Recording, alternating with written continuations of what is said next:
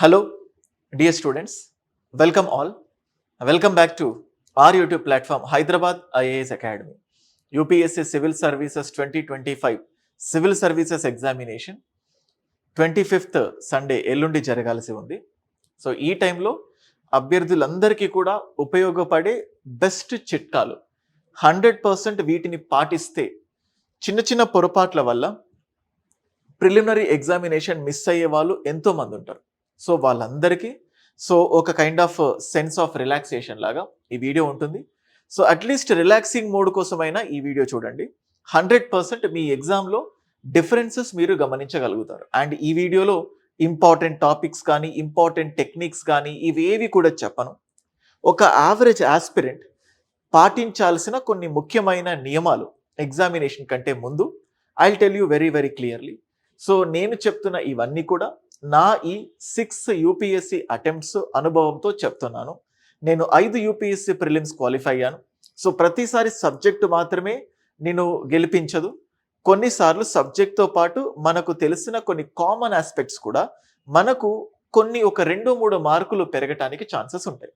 So guys, నా ఈ కెరియర్లో చాలామంది స్టూడెంట్స్ని ఎగ్జామ్ కంటే ముందు సిలబస్ పూర్తి స్థాయిలో చదువుకొని సో ఎగ్జామ్కి 2-3 రోజులు, వారం రోజుల ముందు నుంచి ఏదో తెలియని భయం, చదువుకున్నది ఎగ్జామ్లో వస్తుందా రాదా, ఏమవుతుంది, సెలెక్ట్ కానేమో అన్న భయం చాలా వెంటాడి ఒకానొక టైంలో ఎగ్జామ్ రాయకుండా అటెంప్ట్ కూడా మిస్ చేసే విధంగా, ఎందుకు అంటే లైక్ ఆ భయంతో అటెంప్ట్ కూడా ఇవ్వని రెడీ ఉంటారు, కానీ ఎగ్జామ్ డే రోజు ఎగ్జామ్ రాయని వాళ్ళను, లేకపోతే ఈ భయంతో సైకలాజికల్ ఫియర్ ఫ్యాక్టర్ అనేదాన్ని ఎదుర్కోవడం జరుగుతుంది.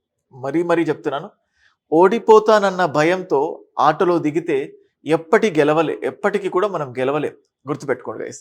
అంటే ఇది ఎందుకు చెప్తున్నానంటే, ప్రిలిమ్స్ క్వాలిఫై అవ్వనేమోనన్న భయంతో నువ్వు ప్రిలిమ్స్ రాస్తే ఎప్పటికీ ప్రిలిమ్స్ గెలవలేవు. సో మంచి మార్కులు రాలేవు. సో ఫస్ట్ నువ్వు అన్నిటికంటే ముందు అధిగమించాల్సింది ఏంటంటే భయం.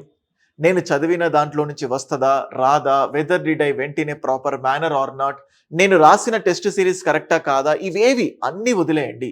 So whatever it is happened, just leave it. అసలు భయాన్ని పూర్తిగా పక్కనకు నెట్టేసి రేపు స్టార్ట్ చేయండి. సో ఫస్ట్ ఇంపార్టెంట్ పాయింట్ నేను చెప్తుంది ఏంటంటే, ఎవరైతే ఎగ్జామ్ అటెంప్ట్ ఇవ్వడానికి వెళ్తున్నారో so do not go with any expectations. So why am I telling this, do not go with any expectations. జనరల్గా స్టూడెంట్ యూపీఎస్సీ ప్రిలిమ్స్లో కరెంట్ అఫైర్స్ గట్టిగా ప్రిపేర్ అవుతాడు, కల్చర్ గట్టిగా ప్రిపేర్ అవ్వచ్చు, ఎకానమీ పర్ఫెక్ట్గా ప్రిపేర్ అవ్వచ్చు. అంటే ఈ సబ్జెక్ట్లో నుంచి ఈ క్వశ్చన్స్ వస్తాయి, ఖచ్చితంగా వస్తాయి, ఈ టాపిక్లో నుంచి క్వశ్చన్స్ వస్తాయి అని కొన్ని ఎక్స్పెక్టేషన్స్తో వెళ్తారు. కానీ తీరా ఎగ్జామ్కి వెళ్ళేసరికి వేరే క్వశ్చన్స్ ఉండేసరికి కంప్లీట్గా షాక్ అయిపోతారు. అరే అనుకున్నది రాలేదు కదా. చూడండి, ఎగ్జామ్లో హార్మోనల్ చేంజెస్ అంటే లైక్ మీకు ఆ భయం వస్తున్న కొద్దీ తెలిసిన కంటెంట్ కూడా మర్చిపోవడానికి మోర్ ఛాన్సెస్ ఉన్నాయి. అందుకే ఏదైనా UPSC is always an unpredictable examination. So కాబట్టి ఆ భయం మిమ్మల్ని ఎప్పటికీ కూడా ఆ ఎక్స్పెక్టేషన్స్తో వెళితే, ఎక్స్పెక్ట్ చేసుకున్న దాని ప్రకారం ఎగ్జామ్లో రాకపోతే it will definitely cost you too much. అందుకే ఎటువంటి ఎక్స్పెక్టేషన్స్తో వెళ్ళకండి. కరెంట్ అఫైర్సా, జాగ్రఫియా, హిస్టరీయా, పాలిటియా అన్నిటికీ సమన్యాయం. ఎందులో నుంచి ఎక్కువ వచ్చినా ఎందులో నుంచి తక్కువ వచ్చినా ఆల్ ఈజ్ వెల్ అని వెళ్తూ ఉండండి. Do not go with any expectations. And next, so దీంతో పాటు కొంతమంది ఒక స్ట్రాటజీతో వెళ్తారు ఎగ్జామ్ వరకు. All of a sudden exam ముందు రోజు ఒక డిఫరెంట్ స్ట్రాటజీ ఫాలో అవుతారు. ఎవరో ఫ్రెండ్ ఎవరో ఒకరు చెప్పేసరికి అరే ఇది కరెక్ట్ అది కరెక్ట్. లాస్ట్ మినిట్ స్ట్రాటజీని మార్చుకోకండి.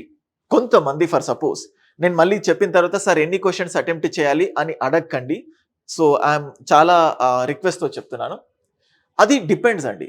మీరు ఎన్నో మాక్ టెస్ట్ రాసుంటారు. 70 రాస్తే మీకు మంచి మార్కులు వస్తుండొచ్చు. 90 క్వశ్చన్స్ అటెంప్ట్ చేస్తే మీకు మోర్ మార్క్స్ రావచ్చు. 95 క్వశ్చన్స్ అటెంప్ట్ చేస్తే ఎక్కువ మార్కులు రావచ్చు. 65 క్వశ్చన్స్ మాత్రమే తెలిసినవి అటెంప్ట్ చేస్తే కరెక్ట్ అవ్వడానికి మోర్ ఛాన్సెస్ ఉండొచ్చు. అంటే మీరు ఏ కేటగిరీలో ఉన్నారు? ఎవరో ఒక టాపర్ చెప్పాడు కదా నేను కూడా 95 అటెంప్ట్ చేస్తాను, ఎవరో ఒక ఫ్యాకల్టీ చెప్పాడు కదా 85 అటెంప్ట్ చేస్తాను అన్నట్లు కాకుండా, మీరు ఈ ప్రాక్టీస్లో మాక్ టెస్ట్ ఎన్నో రాసుంటారు కదా, మీకు ఒక అండర్స్టాండింగ్ ఉంటుంది. అండ్ మోర్ ఓవర్ ఎన్ని క్వశ్చన్స్ అటెంప్ట్ చేయాలి అనేది కూడా క్వశ్చన్ పేపర్ పైన డిపెండ్ అవుతుంది. అది ఈజీయా, అది హార్డా, ఎలా మీరు ఎటువంటి టెక్నిక్స్ని ఫాలో అయ్యారు, ఎలిమినేషన్ ఎలా చేయగలుగుతున్నారు వాటిపైన. సో ఇక్కడ ఏంటంటే లాస్ట్ మినిట్ స్ట్రాటజీ మార్చకండి, లాస్ట్ మినిట్ స్ట్రాటజీని మార్చకండి. So continue with the same thing. Last minute strategy do not change, the second point. And third point, మనకు అనిపిస్తుంది ఎగ్జామ్ కంటే ముందు రోజు అరే హిస్టరీ అన్ని చదివాను, ఎకానమీ చదివాను, అసలు ఏం గుర్తుండట్లేదు, మర్చిపోయాను, అరే చదివిందంతా మర్చిపోయానేమో, సో ఎగ్జామ్లో ఆన్సర్ చేస్తానా లేదా అనే ఫీలింగ్స్ ఉంటాయి. So telling you very clearly, అది ఇట్స్ ఎ నార్మ్, సర్వసాధారణం, ప్రతి స్టూడెంట్కి కూడా ఎదురయ్యే ఒక పాయింట్ ఇది. మర్చిపోతున్న ఫీలింగ్ ఉంటుంది.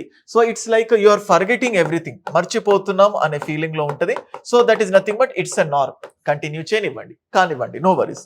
అండ్ నెక్స్ట్ ఎగ్జామ్ అటెంప్ట్ ఇచ్చేటప్పుడు సో ఫస్ట్ కొన్ని తెలియని వస్తాయి, రాదు రాదు రాదు రాదు, టఫ్ క్వశ్చన్స్ వస్తాయి.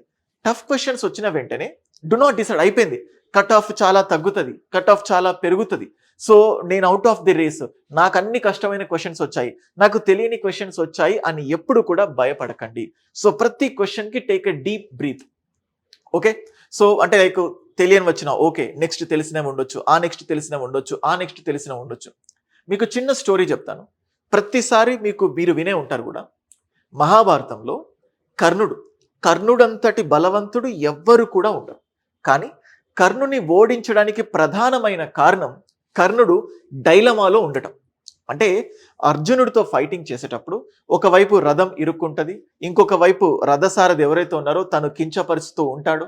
సో భూమి అన్ని కూడా ఒక గ్రూప్గా ఏర్పడి కర్ణుడికి అగేనిస్ట్ అయ్యేసరికి కర్ణుడు కిందకు నిలబడి మంత్రాలు జపిస్తూ ఉంటాడు, అర్జునుడి పైన బ్రహ్మాస్త్రం విసరడానికి, ఇంకేదో అస్త్రం విసరడానికి. కానీ కర్ణుడికి ఆ మంత్రం జ్ఞప్తికి రాదు, అంటే గుర్తుకు రాదు. కర్ణుడికి మంత్రం గుర్తుండి ఉంటే, మంత్రం వచ్చి ఉంటే ఇమ్మీడియట్గా బ్రహ్మాస్త్రం వచ్చేది. కానీ కర్ణుడు ఆ షాక్, అంటే ఒక కైండ్ ఆఫ్ భయంతో ఉన్నాడు, అంటే కన్ఫ్యూజన్లో ఉన్నారు. ఆ కన్ఫ్యూజన్లో ఎక్కువ మర్చిపోవడానికి ఛాన్సెస్ ఉన్నాయి. కర్ణుడంతటి వాడే మర్చిపోవడానికి ఛాన్సెస్ ఉన్నాయి, మనం ఎంత కాదు, మనం కూడా మర్చిపోవడానికి ఛాన్సెస్ ఉంటాయి. కానీ దాన్ని మినిమైజ్ చేయాలి, అంటే వీలైనంత వరకు తక్కువ మర్చిపోయేటట్టు. తక్కువ మర్చిపోవాలంటే క్వశ్చన్స్ రాగానే మీరు do not get very much nervous. So నర్వస్గా ఫీల్ అవ్వకండి. సో ఇట్లా భయపడుతున్న కొద్దీ ఎగ్జామ్ పోయింది, మీకు మీరు అంటే లైక్ ఒక ప్రీ అజంప్షన్లోకి వెళ్ళిపోతే సో మిగతా క్వశ్చన్స్ పైన ప్రభావం పడుతుంది. సో ఒకవేళ ఫస్ట్ కొన్ని టఫ్ క్వశ్చన్స్ వచ్చినా ముందుకు వెళ్ళిపోండి. అండ్ ఇంకొకటి, ఈజీ క్వశ్చన్స్ వస్తే ఎక్కువ సంబరపడిపోకండి, ఎందుకంటే ఆవేశంలో ఎక్కువ మిస్టేక్స్ చేస్తారు. అంటే నాకు తెలిసిన క్వశ్చన్స్ వచ్చాయి, ఈ లైన్ నాకు తెలుసు, సో ఈ టాపిక్ నేను విన్నాను, ఈ కరెంట్ అఫైర్ పాయింట్ నేను రోహిత్ సార్ చెప్పేటప్పుడు, ఇంకేదో సార్ చెప్పేటప్పుడు విన్నాను. అంటే టఫ్ క్వశ్చన్స్ వచ్చినా, ఈజీ క్వశ్చన్స్ వచ్చినా దాన్ని అలాగే బ్యాలెన్స్డ్గా ముందుకు వెళ్ళండి. సో జనరల్గా మన ఏపీపీఎస్సీ గ్రూప్ 2 ఎగ్జామ్ జరిగినప్పుడు మెయిన్స్లో చాలా ఈజియెస్ట్ క్వశ్చన్ పేపర్, పాలిటీ అన్ని కూడా. కానీ ఆ ఈజీ క్వశ్చన్ పేపర్లో కూడా ఎక్కువ మిస్టేక్స్ చేసిన స్టూడెంట్స్ ఎంతో మంది ఉన్నారు. అంటే ఈజీ వచ్చినప్పుడల్లా కూడా ఎక్కువ మిస్టేక్స్ చేయడానికి ఛాన్సెస్ ఉన్నాయి. సో కాబట్టి మీ ఎమోషన్స్ని, సో కంట్రోల్ యువర్ ఎమోషన్స్, మీ ఎమోషన్స్ని పూర్తి స్థాయిలో అదుపులో పెట్టుకొని ఎగ్జామ్ రాయండి. ఈజీగా వచ్చినా, టఫ్గా వచ్చినా take a deep breath and వెళ్ళండి. మీరు ఇన్ని రోజుల పడ్డ కష్టం ఎక్కడికి వెళ్ళదు, 100% you will get paid for that. So ఎమోషన్స్తో మార్క్స్ని లూజ్ అవ్వకండి. అండ్ ఇంకొకటి, silly mistakes, you will be committing silly mistakes. ఏంటంటే నాట్ చూసుకోరు, ఇన్కరెక్ట్ చూసుకోరు, కరెక్ట్ చూసుకోరు, ఇట్లా. సో ఫస్ట్ ఒక క్వశ్చన్లో ఏది రాంగ్ అడుగుతున్నారు, ఏది కరెక్ట్ అనుకుంటూ అది పర్టికులర్గా మీ బ్రెయిన్కి సిగ్నల్ ఇచ్చుకొని సో అటువంటి సిల్లీ మిస్టేక్స్ని అవాయిడ్ చేయండి. And next guys, OMR sheet. OMR, కొంతమంది స్టూడెంట్స్ సో ఆ క్వశ్చన్ పేపర్లో అన్ని ఇలా మార్క్ చేసేసుకొని అన్ని కలిపి లాస్ట్కి బబులింగ్ చేద్దామని అనుకుంటారు. So keep this thing in mind. So అలాంటి థింగ్స్లో ఏ చిన్న నెగ్లిజెన్సీ, ఏదైనా చిన్న అబ్స్టాకిల్ వచ్చినా మొత్తం రాంగ్ అవ్వడానికి ఛాన్సెస్ ఉన్నాయి. సో అలా చేయకండి. ఏ క్వశ్చన్కి ఆ క్వశ్చన్ అప్పటికప్పుడు ఓఎంఆర్లో బబ్లింగ్ చేయండి. రోజు ఎటువంటి అలవాటు ఉంటుందో అదే చేయండి. అండ్ రోల్ నంబర్ దగ్గర, లేకపోతే ఎగ్జామ్ సెంటర్ దగ్గర, పేపర్ కోడ్ దగ్గర జాగ్రత్తగా రాయండి, జాగ్రత్తగా బబ్లింగ్ చేయండి. So that is very much helpful for you. So ఇది. And next important point, general studies exam అయిపోతుంది మార్నింగ్. సివిల్ సర్వీసెస్లో జనరల్ స్టడీస్ ఎగ్జామ్ అయిపోతుంది, పేపర్ 1 అయిపోయిన తర్వాత whatever the break you are getting, బ్రేక్లో పేపర్ 1 ఎలా జరిగింది, సో ఎలాంటి అటెంప్ట్ ఇచ్చాము అంటే అయిపోయిన తర్వాత మనకు తెలిసిన ఫ్రెండ్స్ రావడము, లేకపోతే తెలుసుకోవాలన్న క్యూరియాసిటీ, ఆ క్వశ్చన్కి ఆన్సర్ ఏంటి, ఈ క్వశ్చన్కి ఆన్సర్ ఏంటి అని చెప్పి మధ్యలో, ఎందుకంటే 2-3 గంటల గ్యాప్ మినిమం ఉంటుంది, ఆ గ్యాప్లో ఎక్కువగా డిస్ట్రాక్ట్ అవ్వడానికి ఛాన్సెస్ ఉన్నాయి. నెక్స్ట్ వస్తుంది సీసాట్, అది మన మైండ్ గేమ్తో ఆడుకునే ఎగ్జామ్. సో బ్రేక్లో ఎవరితో ఏమీ డిస్కస్ చేయకండి. క్వశ్చన్ పేపర్ మీరు చాలా బాగా రాసినా, అసలు ఏమీ రాయకపోయినా, జిఎస్ పోతుంది అంటే ప్రెడిక్షన్స్కి వెళ్ళిపోతారు. ఆ బ్రేక్లోనే కట్ ఆఫ్ 80 ఉంటుంది, కట్ ఆఫ్ 100 ఉంటుంది, కట్ ఆఫ్ 120 ఉంటుంది. అసలు నువ్వు ఎగ్జామ్ సెంటర్ దాటి బయటకు రాలేదు, 10 మందితో డిస్కస్ చేయలేదు, నువ్వు ఎలా అనుకుంటావు కట్ ఆఫ్ పెరుగుతుంది, కట్ ఆఫ్ తగ్గుతుంది? It will never happen. మళ్ళీ చెప్తున్నాను. So guys, be careful. బ్రేక్లో వీలైనంత వరకు ప్రశాంతంగా ఉండండి, ఎవరితో మాట్లాడకండి, క్వశ్చన్ పేపర్ అసలుకే డిస్కస్ చేయకండి. And next, have a nice lunch. ఎందుకంటే ఐ డూ రిమెంబర్, నా ఫ్రెండ్ మార్నింగ్ టైం అయిపోయింది, ఆఫ్టర్నూన్ టైం ఎక్కడ నిద్ర వస్తుందేమో అని చెప్పేసి జస్ట్ బిస్కెట్స్ మాత్రమే తిన్నాడు. అంటే ఇట్లాంటి నార్మల్ ఫుడ్ తీసుకున్నప్పుడు ఫైన్, ఆ బిస్కెట్స్ ఆ టైంలో నీ ఆకలిని తీర్చుతాయి. కానీ ఎగ్జాక్ట్గా సీసాట్ ఎగ్జామ్ స్టార్ట్ అయిన తర్వాత ఒక హాఫ్ అన్ అవర్కో 45 మినిట్స్కో ఆకలి స్టార్ట్ అవుతుంది. నువ్వు సరిగ్గా తినకపోతే ఆకలి వల్ల నీ ఆలోచన మొత్తం నీ స్టమక్ పైకి వెళ్తుంది. సో ఆకలి వేస్తూ ఉండడం, దానివల్ల నీ ఆలోచించే శక్తి అనేది తగ్గుతుంది. CSAT is more of analytical. So formulas గుర్తు తెచ్చుకోవాలి, reasoning, comprehensive passages, reading comprehensions, it's not that easy. So కాబట్టి మంచి హెల్దీ లంచ్ తీసుకోండి, వీలైతే మీరే ఇంట్లో కుక్ చేసుకొని వెళ్ళండి, have a healthy lunch. And CSAT రాసేటప్పుడు, నెక్స్ట్ సీసాట్ చేసేటప్పుడు ఫస్ట్ అర్థమాటిక్ రాయాలా, ఫస్ట్ రీజనింగ్ వెళ్ళాలా, ఫస్ట్ రీడింగ్ కాంప్రహెన్షన్స్కి వెళ్ళాలా, మీ స్ట్రెంగ్త్ ఏంటి, సో మీరు ఫస్ట్ అనలైజ్ చేసుకొని వెళ్తారు కాబట్టి అలా వెళ్ళిపోండి. అక్కడికక్కడ ఎగ్జామ్కి వెళ్ళిన తర్వాత అర్థమెటిక్ రాయాలనుకున్న నువ్వు రీజనింగ్కి వెళ్ళిపోవడం, రీజనింగ్తో స్టార్ట్ అవ్వాలనుకున్న నువ్వు అర్థమాటిక్కి వెళ్ళిపోవడం, ఇలా చేయకండి. సో గో విత్ ఒక పర్టికులర్ స్ట్రాటజీ. సో ప్రతిసారి టైంని గమనిస్తూ ఉండండి. So that is very important. And ముఖ్యంగా ఇంకా రేపు దాదాపుగా ఏమీ చదవకండి, ఎల్లుండి ఎగ్జామినేషన్ ఉంది రేపు. సో కొంతమంది మధ్యాహ్నం వరకు చదివి వదిలేస్తాం అంటారు, కొంతమంది 5 o'clock వరకు చదివి వదిలేస్తాం. వీలైనంత వరకు రేపు మధ్యాహ్నంతో క్లోజ్ ఎవ్రీథింగ్. ఏది రివైజ్ చేయకండి, అది చదవాలి, ఇది చదవాలి, ఏదేదో చదవాలి అనిపిస్తుంది. దట్ అంటే ఎగ్జామ్లో ఇంకా నెగిటివ్ అవుతుంది కానీ పాజిటివ్ కాదు. సో 5 అయిపోయిన తర్వాత ప్రశాంతంగా ఉండండి, ఎవరితో మాట్లాడకండి. ఈవినింగ్ 5 అంటే సండే ఎగ్జామ్ అయితే సాటర్డే 5 తర్వాత క్లోజ్ ఎవ్రీథింగ్, అన్ని పుస్తకాలన్నీ మూసేసి ఏది రివైజ్ చేయకుండా అలా ప్రశాంతంగా ఉండండి. పేరెంట్స్తో ఎవరితో మాట్లాడతారో ఒక ఇద్దరితో మాట్లాడండి. ఎగ్జామ్ ఎలా రావచ్చు, ఇలా రావచ్చు, ఎటువంటి ప్రిడిక్షన్స్ చేసుకోకండి. అండ్ మోర్ ఓవర్, ఎగ్జామ్ రేపు అంటే ఇవాళ రాత్రి అస్సలు నిద్ర పట్టదు, మనసులో ఎన్నో ఆలోచనలు వస్తూ ఉంటాయి, భయం వేస్తూ ఉంటుంది. సో రాయాలా వద్దా, లేకపోతే నిద్ర రాకపోయేసరికి ఇంకా భయం వేస్తుంది, రేపే ఎగ్జామ్ ఉంది, నిద్ర రాకపోతే ఎగ్జామ్ టైంలో నిద్ర వస్తుందేమో, ఎలా ఏంటి అని చెప్పేసి. సో ఇది కామన్, ఎంతో మందికి ఎన్నో నిద్ర లేని రాత్రుల్ని మిగులుస్తుంది ఈ యూపీఎస్సీ సివిల్ సర్వీసెస్ ఎగ్జామినేషన్. ఎలాగైనా కూడా నువ్వు మంచిగానే రాస్తావు. నాకు గుర్తుంది, ఒకనొక ఫ్రెండ్ స్లీపింగ్ పిల్స్ వేసుకున్న సందర్భాలు కూడా, నిద్ర రాదేమోనన్న భయంతో. ఎటువంటి ఎక్స్పెరిమెంట్స్ చేయకండి guys, my dear students. So చాలా అనుభవంతో చెప్తున్నాను, ప్రశాంతంగా పడుకోండి.